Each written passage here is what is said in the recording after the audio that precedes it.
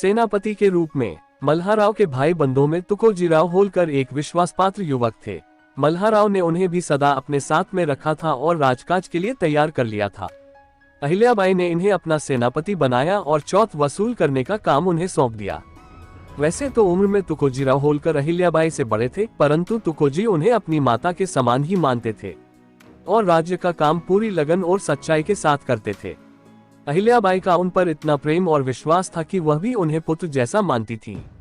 राज्य के कागजों में जहाँ कहीं उनका उल्लेख आता है, वहाँ तथा मुहरों में भी खंडोजी सुत तुकोजी होलकर इस प्रकार कहा गया है।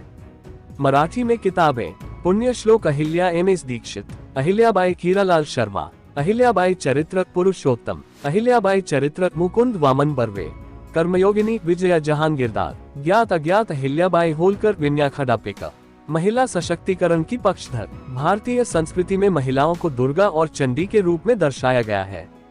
ठीक इसी तरह अहिल्याबाई ने स्त्रियों को उनका उचित स्थान दिया, नारी शक्ति का भरपूर उपयोग किया।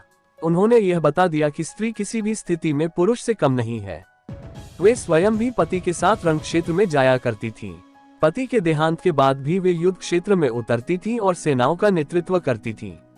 अहिल्याबाई के गद्दी पर बैठने के पहले शासन का ऐसा नियम था कि यदि किसी महिला का पति मर जाए और उसका पुत्र न हो तो उसकी संपूर्ण संपत्ति राजकोष में जमा कर दी जाती थी। परंतु अहिल्याबाई ने इस कानून को बदल दिया और मृतक की विधवा को यह अधिकार दिया कि वह पति द्वारा छोड़ी हुई संपत्ति की वारिस रहेगी और अपनी इच्छानुसार अपने उपयोग में लाए और चाहे तो उसका सुख भोगे या अपनी संपत्ति से जनकल्याण के काम करे। अहिल्याबाई की खास विशेष सेवक एक महिला ही थी। अपने शासनकाल में उन्होंने नदियों पर जो घाट स्नान आदि के लिए बनवाए थे, उनमें महिलाओं के लिए अलग व्यवस्था भी हुआ करती थी। स्त्रियों के मान सम्मान का बड़ा ध्यान रखा जाता था। लड़कियों को पढ़ाने लिखाने का जो घरों में थोड़ा सा चलन था, उसे विस्तार दिया गया। दान दक्षिणा देने में महिलाओं का वे विशेष ध्यान रखती थीं।